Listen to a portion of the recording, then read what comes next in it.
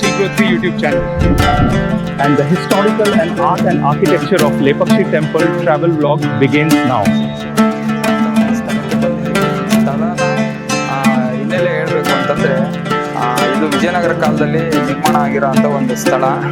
ಇದಕ್ಕೆ ಸುಮಾರು ಇತಿಹಾಸ ಇದೆ.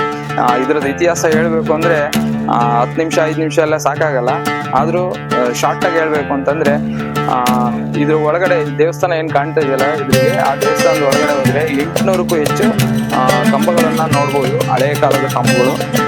ಮತ್ತೆ ಇನ್ನು ವಿಶೇಷವಾಗಿ ಇದರಲ್ಲಿ ತೇಲುವಂತ ಕಂಬ ಇದೆ. ವಿಜ್ಞಾನಕ್ಕೆ ಸವಾಲಾಗುವಂತ ಒಂದು ಕಂಬ ಅಂತಾನೆ ಹೇಳ್ಬೋದು. ಅದು ಏನಂದ್ರೆ ಇದರಲ್ಲಿ ಟೋಟಲ್ 80 ಕಂಬಗಳಿವೆ. 80 ಕಂಬದಲ್ಲಿ ಒಂದು ಕಂಬ ಮಾತ್ರ ನೆಲನ ಬಿಟ್ಟು ತೇಲ್ತಾ ಇದೆ. ಅದು ಹೇಗೆ ಅಂತ ನಾವು ಮುಂದೆ ಹೋಗಿ ತೋರಿಸ್ತೀನಿ.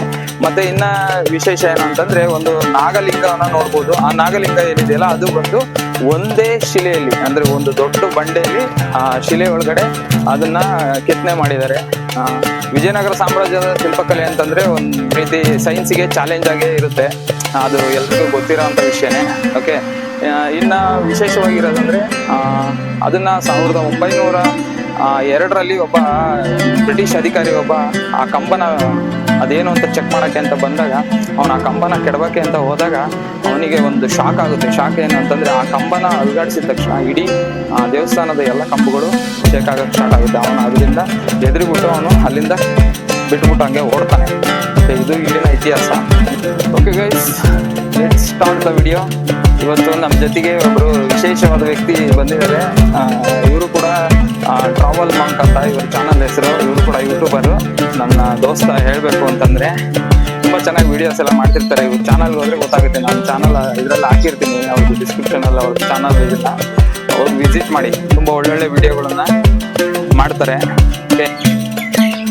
ಓಕೆ ಗೈಸ್, ನಾನು ಅವಾಗಲೇ ಹೇಳಿರೋ ತರ ಈ ದೇವಸ್ಥಾನದ ಒಳಗಡೆ ಹೋದ್ರೆ ನೀವು 800ಕ್ಕೂ ಹೆಚ್ಚು ಕಂಬಗಳನ್ನ ನೀವು ನೋಡ್ಬೋದು. ಮತ್ತೆ ಇಲ್ಲಿನ ವಿಶೇಷ ಅಂದ್ರೆ ಏನಪ್ಪಾ ಅಂತಂದ್ರೆ ಇಲ್ಲಿನ ಕಲ್ಲುಗಳು ಏನು ಬಳಸಿದಾರಲ್ಲ, ಆ ಕಲ್ಲುಗಳೆಲ್ಲ ಬಂದು ನಮ್ಮ ಲ್ಯಾಂಗ್ವೇಜ್ ಅಲ್ಲಿ ಹೇಳ್ಬೇಕು ಅಂದ್ರೆ ಕಾಡುಗಲ್ಲು ಅಂತಾರೆ. ಅಂದ್ರೆ ಏನು ನೆಲಕ್ಕೆ ಓಡಾಡ್ಲಿಕ್ಕೆ ಬಳಸ್ತಾರಲ್ಲ ಆ ಕಲ್ಲು. ಈ ನೀವು ಏನ್ ಹೇಳ್ತಾರೆ, ಬೇಲೂರು, ಹಳೆಬೀಡು ಅಲ್ಲೆಲ್ಲ ಹೋದ್ರೆ ನಿಮಗೆ ಬಣಪದ ಕಲ್ಲನ್ನ ಯೂಸ್ ಮಾಡಿದ್ದಾರೆ. ಓಕೆ, ಇದನ್ನ ಕಟ್ಟಲಿಕ್ಕೆ. ಬಟ್ ಇಲ್ಲಿ ಏನು ವಿಶೇಷ ಅಂದ್ರೆ ಇಲ್ಲಿ ಕಾಡುಗಲ್ಲು. ಇದನ್ನ ನೀವು ಒಂದು ಆಕಾರ ತರಬೇಕು ಅಂದ್ರೆ ತುಂಬಾ ಕಷ್ಟ. ಏನಕ್ಕೆ ಅಂದ್ರೆ ನೀವು ಒಂದ್ ಕಡೆ ಒಂದು ಉಳಿ ಏಟ್ನ ಹೊಡೆದ್ರೆ ಅದು ಇನ್ನೊಂದ್ ಕಡೆ ಏನ್ ಹೇಳ್ತಾರೆ ಸೀಳ್ಬಿಟ್ಟು ಹೊಡೆದೋಗುತ್ತೆ. ಓಕೆ, ಆ ಟೆಕ್ನಾಲಜಿ ಯೂಸ್ ಮಾಡ್ಬಿಟ್ಟು ಅದನ್ನ ಶಿಲೆನ ಕೆತ್ತಿದ್ದಾರೆ. ಓಕೆ, ಅದು ಫುಲ್ ದೇವಸ್ಥಾನ ಹಂಗೆ ಇದೆ. ಫುಲ್ ದೊಡ್ಡ ದೊಡ್ಡ ಬಂಡೆ ಇದು. ಆಕ್ಚುಲಿ ಬಂದು ನಾನು ಇದನ್ನ ಹಿಸ್ಟ್ರಿ ಓದಿರೋ ಪ್ರಕಾರ ಬಂದು ಏನಿದು ತಳಪಾಯ ಇದೆಯಲ್ಲ, ಇದು ಆಮೆ ಆಕಾರದ ಒಂದು ಬಂಡೆ ಅಂತೆ. ಆ ಬಂಡೆ ಮೇಲೆ ಈ ದೇವಸ್ಥಾನನ ನಿರ್ಮಾಣ ಮಾಡಿದ್ದಾರೆ ಅಂತ ಒಂದು ಇತಿಹಾಸ ಇದೆ. ಅದ್ರದ್ದು ಏರಿಯಲ್ ವ್ಯೂ ನನ್ನ ಹತ್ರ ಇಲ್ಲ, ನೋಡೋಣ ಗೂಗಲಲ್ಲಿ ಆದ್ರೆ ಸಾಧ್ಯವಾದ್ರೆ ಆ ಏರಿಯಲ್ ವ್ಯೂನ ತೆಗೆದ್ಬಿಟ್ಟು ನಾನು ನಿಮಗೆ ತೋರಿಸೋದಕ್ಕೆ ಪ್ರಯತ್ನ ಪಡ್ತೀನಿ. ಬನ್ನಿ ಒಳಗೆ ಹೋಗೋಣ. ಇನ್ನೂ ತುಂಬ ಇತಿಹಾಸ ಇದೆ. ನನಗೆ ಗೊತ್ತಿರೋ ಇತಿಹಾಸನ ನಾನು ನಿಮಗೆ ತಿಳಿಸ್ತೀನಿ. ಗೈಸ್, ನಾವು ಎಲ್ಲದನ್ನ ಹೇಳಿದೆ. ನಾನು ಈ ಪ್ಲೇಸಿಗೆ ಲೇಪಾಕ್ಷಿ ಅನ್ನೋ ಹೆಸರು ಯಾಕೆ ಬಂತು ಅನ್ನೋದನ್ನೇ ಹೇಳಿಲ್ಲ. ಓಕೆ, ಸೊ ನಾನು ಇವಾಗ ಹೇಳ್ತೀನಿ. ಏನಂದ್ರೆ ನಿಮಗೆ ತಿಳಿದಿರೋ ಪ್ರಕಾರ ರಾಮಾಯಣದಲ್ಲಿ ಬರೋ ಅಂತ ಜಟಾಯು ಪಕ್ಷಿ ಬಗ್ಗೆ ಕೇಳಿರ್ತೀರಾ.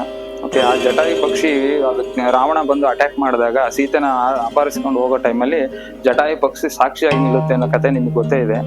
ಆ ಜಟಾಯು ಪಕ್ಷಿನ ರಾವಣ ಒಂದು ವಧೆ ಮಾಡ್ತಾನೆ.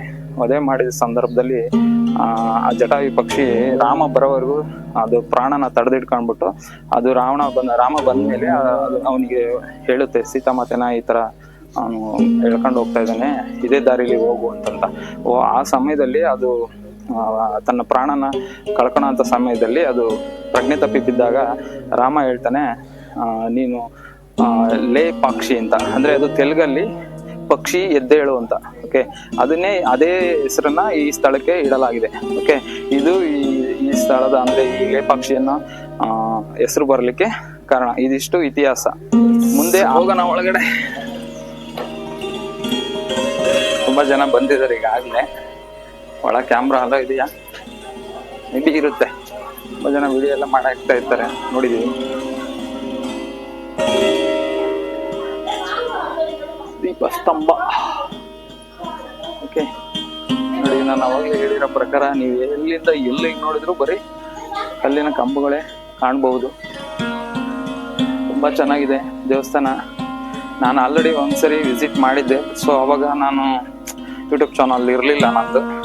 ಸೊ ಮತ್ತೆ ನಾನು ಆ ಪ್ಲೇಸ್ನ ಎಕ್ಸ್ಪ್ಲೋರ್ ಮಾಡಬೇಕು ಅಂತ ಅನಿಸ್ತು, ಅದಕ್ಕೆ ಬಂದಿದ್ದೀನಿ. ನೋಡಿ, ನಾನು ಅವಾಗಲೇ ಹೇಳಿರೋ ಪ್ರಕಾರ ಈ ಕಲ್ಲು ಏನಿದೆಯಲ್ಲ, ಇದು ಬಂದು ಫುಲ್ಲು ಏನಂತಾರೆ, ಇದ್ರ ಬಂಡೆ ಕಲ್ಲು ಬಂಡೆ ಅಂತಾರಲ್ಲ ಅದು. ನೀವೇನಾಗುತ್ತೆ, ಈ ಆಕಾರ ಕೊಡಬೇಕು ಅಂದರೆ ನೀವು ಇಲ್ಲಿ ಇಟ್ಟು ಹೊಡೆದ್ರಿ ಅಂದರೆ ಸೊ ಇಲ್ಲೆಲ್ಲೋ ಸೀಳ್ಕೊಳ್ಳುತ್ತೆ. ಸೊ ಇದು ಅಷ್ಟು ಈಸಿ ಅಲ್ಲ ಈ ಆಕಾರ ಕೊಡೋದು. ಹಂಗಾಗಿ ವಿಜಯನಗರ ಸಾಮ್ರಾಜ್ಯದ ಶಿಲ್ಪಕಲೆಗೆ ಒಂದು ಸೆಲ್ಯೂಟ್ ಅಂತಲೇ ಹೇಳ್ಬೋದು. ಆವಾಗ ಏನು ಟೆಕ್ನಾಲಜಿ ಇಲ್ಲದೆ ಇರೋ ಕಾಲದಲ್ಲೇ ಇಷ್ಟೊಂದೆಲ್ಲ ದೇವಸ್ಥಾನ, ಇಷ್ಟು ದೊಡ್ಡ ದೇವಸ್ಥಾನನ ನಿರ್ಮಾಣ ಮಾಡಿದ್ದಾರೆ. Great, super. ನೋಡಿ, ಅವಾಗ ಬ್ರಿಟಿಷರ ಕಾಲದಲ್ಲಿ ದಾಳಿಗೆ ಒಳಗಾಗಿರೋಂಥ ಒಂದು ದೇವಸ್ಥಾನ ಇದು. ಅದಕ್ಕೆ ಎಕ್ಸಾಂಪಲ್ ಕೊಡಬೇಕು ಅಂತಂದ್ರೆ ನಿಮಗೆ ತೋರಿಸ್ತೀನಿ. ನೋಡಿ, ಅಲ್ಲಿ ಏನು ವಿಗ್ರಹ ಇದೆಯಲ್ಲ ನೋಡಿ, ಅದರಲ್ಲಿ ತಲೆನೇ ಇಲ್ಲ. 2-3 ವಿಗ್ರಹಗಳಿಗೆ ನೋಡ್ಬೋದು ನೀವು. ಅಲ್ಲಿರೋ ಯಾವ ವಿಗ್ರಹಕ್ಕೂ ಒಂದು ತಲೆನೇ ಇಲ್ಲ, ಎಲ್ಲ ಕಡ್ದಾಕಿದ್ದಾರೆ. ಸೊ ಬ್ರಿಟಿಷರ ಕಾಲದಲ್ಲಿ ಏನು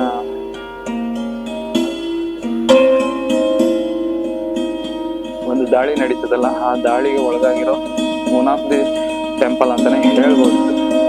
ಅದಕ್ಕೆ ಸಾಕ್ಷಿಗಳನ್ನೂ ಉಳಿಸಿದ್ದಾರೆ ರಾಕ್ಷಸನ.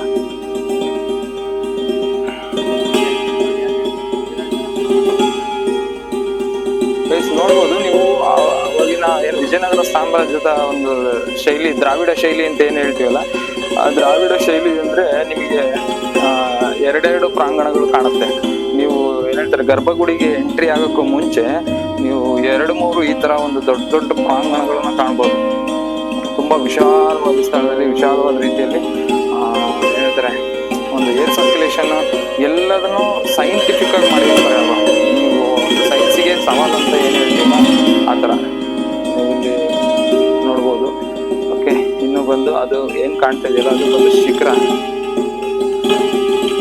ಇಲ್ಲಿ ಇನ್ನೊಂದು ಇತಿಹಾಸ ಹೇಳ್ಬೇಕು ಅಂದ್ರೆ, ಪಾಂಡವರು ಏನು ಬಂದು ವನವಾಸ ಬಂದಿರೋ ಟೈಮಲ್ಲಿ ಇಲ್ಲಿಗೂ ಕೂಡ ಬಂದಿದ್ದಾರೆ ಅನ್ನೋದು ಇಲ್ಲಿನ ಇತಿಹಾಸ.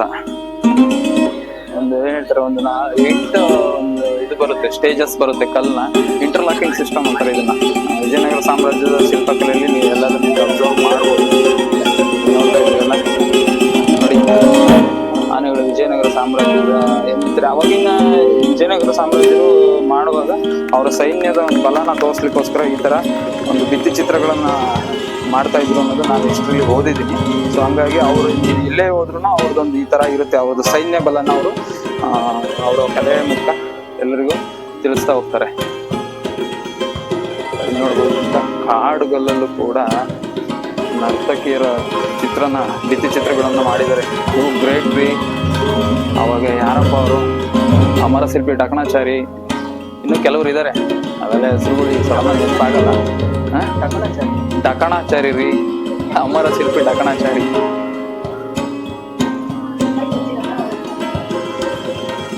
ಇಲ್ಲಿ ನೋಡ್ರಿ, ಇಷ್ಟು ಚಿಕ್ಕ ಇದ್ರಲ್ಲಿ ಆಕ್ಚುಲಿ ಇದು ಏನ್ ಗೊತ್ತಾ, ಇದು ರಾಕ್, ಆಲ್ ರಾಕ್ ಅಂತಾರಲ್ಲ ಅದು ವಿಕಾಸ್. ಇದು ನೋಡಿ, ಇದೆಲ್ಲ ಹೊಡೆದ್ಬಿಟ್ಟವ್ರೆ ಪಾಪಿಗಳು. ಏನ್ ಸಿಗುತ್ತೆ ಅವ್ರಿಗೆ ಅಲ್ವಾ? ಇದೇನ್ರಿ, ಇದನ್ನೆಲ್ಲ ಹೊಡೆದಾಕವ್ರಿಗೆ ಏನ್ ಸಿಗುತ್ತೆ ಅವ್ರಿಗೆ? ಎಷ್ಟು ನೀಟಾಗಿ ಇದೆಲ್ಲ ಸ್ಟ್ರಕ್ಚರ್ ಎಲ್ಲ ಕೊಟ್ಟಿದ್ದಾರೆ ನೋಡಿ, ನಾಟ್ಯ ಭಂಗಿಗಳು.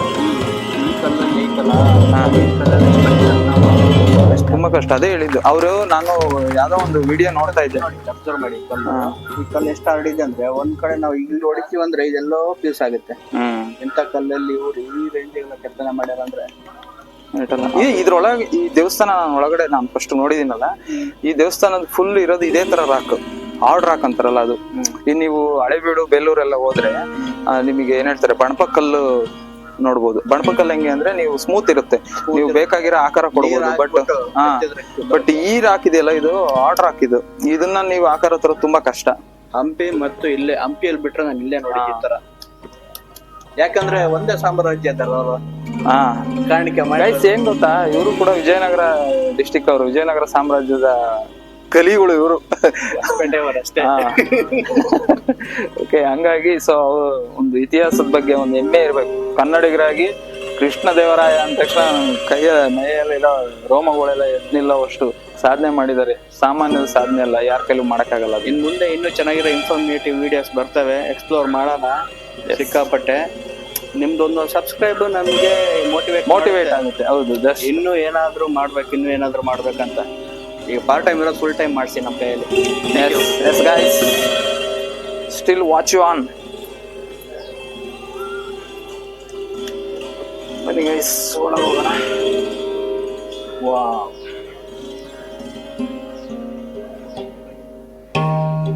ಇದೇನ್ ನೋಡ್ತಾ ಇದೀರಲ್ಲ, ಇಷ್ಟು ದೊಡ್ಡ ದೊಡ್ಡ ಕಲ್ಲು ಏನಕ್ಕೆ ಬಿಟ್ಟವ್ರೆ ಅಂತ ನೀವು ಕೇಳ್ಬೋದು. ಇವಾಗಿನ ದೇವಸ್ಥಾನಗಳಲ್ಲಿ ನೀವು ಹೇಳ್ತಾರೆ ಕತ್ತೆತ್ ನಿಲ್ಲ ಕೂಡ ಆಗಲ್ಲ, ಆ ತರ ಇರುತ್ತೆ. ಬಟ್ ಇಲ್ಲಿನ ದೇವಸ್ಥಾನದ ಇದನ್ನ ನೋಡಿದ್ರೆ ನೀವು ಕಳ್ದೋಗ್ಬಿಡ್ತೀರಾ.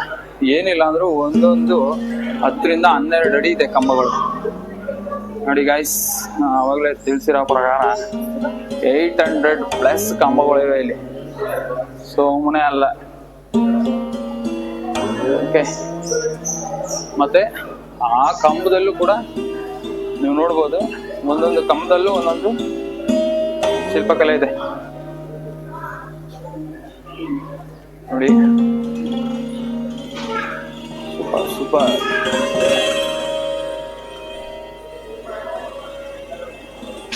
ಈ ಪ್ಲೇಸ್ದು ನಿಮಗೆ ಇದನ್ನ ಲೊಕೇಶನ್ ಡೀಟೇಲ್ಸ್ ನಿಮಗೆ ಶೇರ್ ಮಾಡಿರ್ತೀನಿ. ಓಕೆ, ಸಾಧ್ಯವಾದ್ರೆ ಒಂದ್ಸರಿ ಬಂದೋಗಿ, ತುಂಬಾ ಚೆನ್ನಾಗಿದೆ.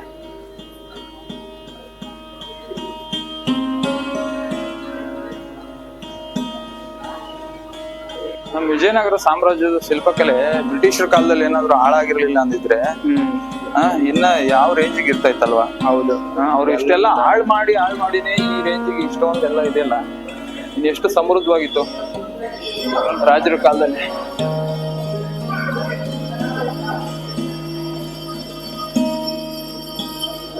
ಓಕೆ ಗೈಸ್, ಬನ್ನಿ ಒಳಗೆ ಹೋಗೋಣ. ಈ ಗೋಡೆಗಳು ಏನಿದೆಯಲ್ಲ, ಗೋಡೆಗಳಿಗೂ ಬಿಟ್ಟಿಲ್ಲ ಇವರು ಶಿಲ್ಪಕಲೆಯನ್ನು ಕೆತ್ತೋದ್ರಲ್ಲಿ ಅಲ್ವಾ? ನೋಡಿ, ನೋಡ್ತಾ ಇದ್ದೀರಾ?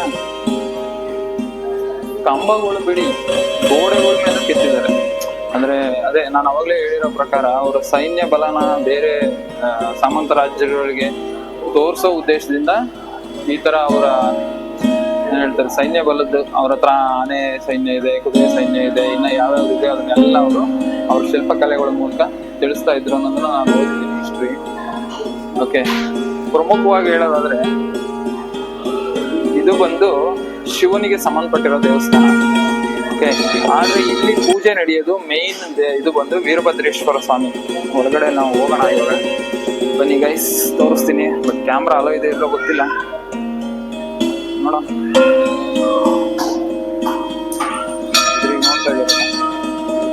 ಇದೇ ವೀರಭದ್ರೇಶ್ವರ, ಎಷ್ಟು ಅಡಿ ಇದೆ ನೋಡಿ, ಹೆಚ್ಚು ಕಮ್ಮಿ ಒಂದು 10 ರಿಂದ 12 ಅಡಿ ಇದೆ.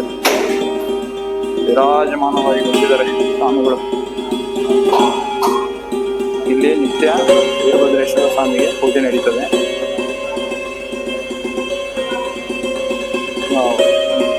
ನಮೋ ವೀರಭದ್ರೇಶ. ಓಕೆ ಗೈಸ್, ಹಾಗೆ ಪಕ್ಕದಲ್ಲಿ ದುರ್ಗಾದೇವಿನ ನೋಡ್ಬೋದು. ಬಟ್ ಅದನ್ನ ನೇರವಾಗಿ ನೋಡ್ಬಾರ್ದು, ದೇಶದಿಂದ ಅವರು ಕನ್ನಡಿನ ಇಟ್ಟಿದ್ದಾರೆ. ಸೊ ಕನ್ನಡಿಲೇ ತೋರಿಸ್ತೀನಿ. ತಾಯಿಯ ದರ್ಶನ ಒಂದು ಕಡೆ ಇದ್ದಾರೆ, ವೀರಭದ್ರೇಶ್ವರ ಸ್ವಾಮಿ ಇರ್ತಾರೆ, ಅಲ್ಲಿ ಕಾಳಿ ಮಾತೆ ಅಥವಾ ದುರ್ಗಾ ದೇವಿ ಇರ್ತಾರೆ ಸಾಮಾನ್ಯ.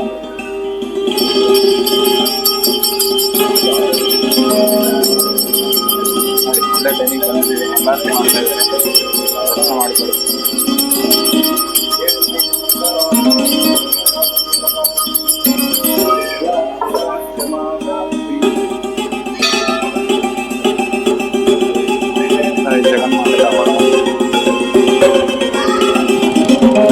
ಗರ್ಭ ಗುಡಿನೇ ನೋಡಿ ಯಾವ ರೇಂಜಿಗೆ ಇಟ್ಟವ್ರೆ.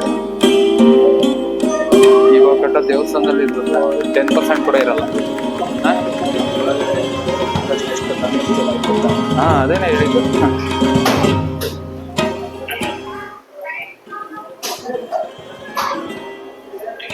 ಸೂಪರ್ ಆಗಿದೆ ಗೈಸ್, ಮಾತಾಡಂಗಿಲ್ಲ.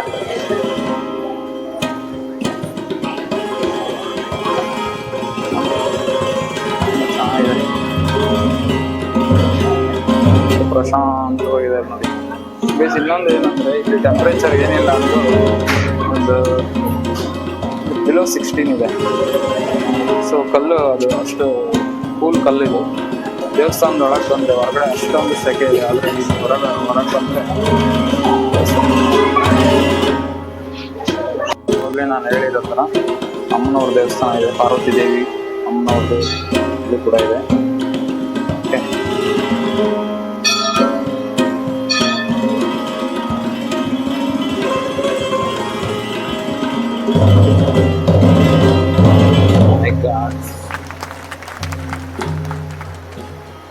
ಸೊ ನಾನು ಅವಾಗಲೇ ಹೇಳಿದ್ನಲ್ಲ ಭದ್ರಕಾಳಿ. ಸೊ ವೀರಭದ್ರೇಶ್ವರ ಎಲ್ಲಿದ್ದೀರೋ ಪಕ್ಕದಲ್ಲಿ ಭದ್ರಕಾಳಿ ಅಮ್ಮನವರು ಇರಲೇಬೇಕು. ಸೊ ಅವ್ರದ್ದು ಗರ್ಭಗುಡಿ ಕೂಡ ಇದೆ ನೋಡಿ. ಇದು ರಾಮಲಿಂಗ, ರಾಮ ನಿರ್ಮಾಣ ಮಾಡಿರುವಂತ ಒಂದು ಲಿಂಗ ಅಂತ ಹೇಳ್ತಾರೆ ಇದನ್ನ, ರಾಮಲಿಂಗ ಅಂತ. ಇದು ಪ್ರಾಂಗಣ ನೋಡಿ ಎಷ್ಟು ದೊಡ್ಡದಿದೆ ಗರ್ಭಗುಡಿ. ಇದ್ರೊಳಗಡೆ ಈ ತರ ಸುಮಾರು ಈಶ್ವರಲಿಂಗಗಳನ್ನ ನೋಡ್ಬೋದು. ಹನುಮನ್ ಲಿಂಗ, ಹನುಮಂತ ನಿರ್ಮಾಣ ಮಾಡಿರೋ ಲಿಂಗ. ರಘುನಾಥ ಸ್ವಾಮಿ ಅಂತೆ. ಓಕೆ, ವಿಷ್ಣು ಅವತಾರ.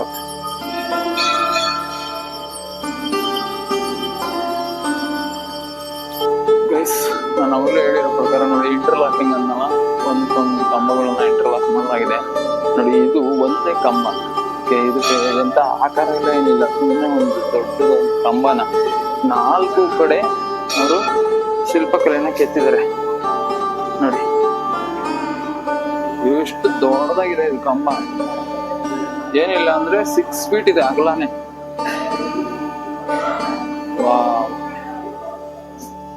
ಮತ್ತೆ ನಾನು ಅವಾಗಲೇ ಹೇಳಿರೋ ಪ್ರಕಾರ ಇದೆಲ್ಲ ಹೇಳ್ತಾರೆ ರಾಕ್, ಆರ್ಡ್ ರಾಕ್ ಅಂತಾರಲ್ಲ, ಅದು ಬಣಪಕಲ್ಲ.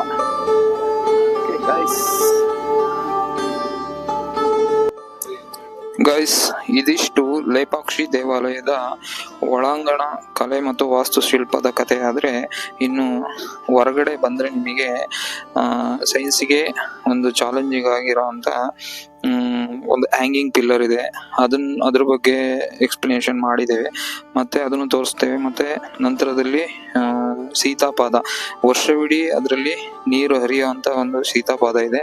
ಮತ್ತೆ ಒಂದು ಬೃಹದಾಕಾರದ ನಾಗಲಿಂಗ, ಅದು ಪಾಂಡವರಿಂದ ಸ್ಥಾಪಿಸಲ್ಪಟ್ಟಿದೆ ಅನ್ನೋ ಆ ಲಿಂಗನೂ ಕೂಡ ತೋರಿಸ್ತೀವಿ. ಮುಂದಿನ ಸಂಚಿಕೆವರೆಗೂ ವೆಯ್ಟ್ ಮಾಡ್ತಾ ಇರಿ.